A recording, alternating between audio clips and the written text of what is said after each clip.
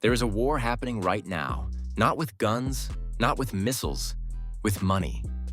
And China is winning it, quietly, strategically, and right in front of us.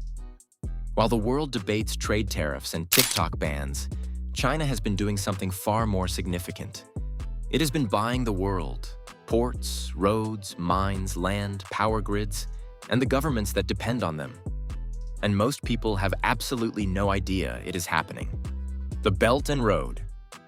In 2013, China launched one of the most ambitious infrastructure projects in human history: the Belt and Road Initiative. On the surface, it looked like generosity.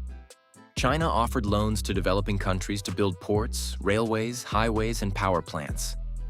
Countries that had no access to capital suddenly had billions of dollars flowing in. But the terms were not charity. They were strategy.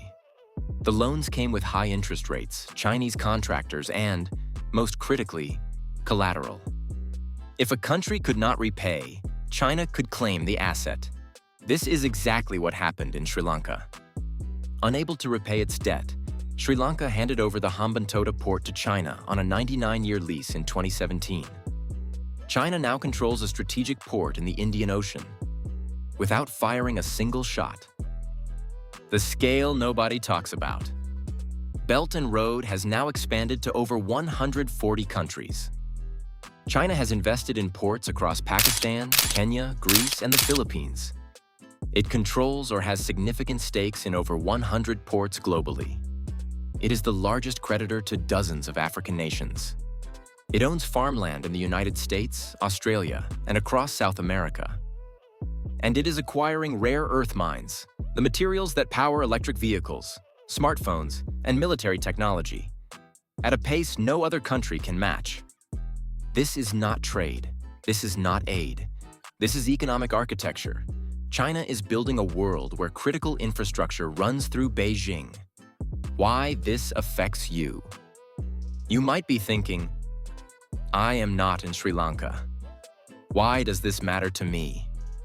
Because the global economy is a system, and China is quietly becoming the system's landlord. When a country owes China money, it votes differently at the United Nations. It makes different trade deals. It allows different military access. Economic leverage becomes political leverage. And political leverage shapes the rules that govern global trade, including the prices you pay, the goods available to you, and which companies succeed in your market. This is also why Western governments are now paying attention. The US, EU, and G7 have all launched competing infrastructure initiatives to counter Belt and Road. Because they understand what most citizens do not. Whoever owns the infrastructure owns the future. The bigger picture. China is not doing anything illegal. It is playing a very long game. Patiently, systematically. While most countries think in election cycles, China thinks in decades. The question is not whether this is happening. It is whether the rest of the world will wake up fast enough to respond.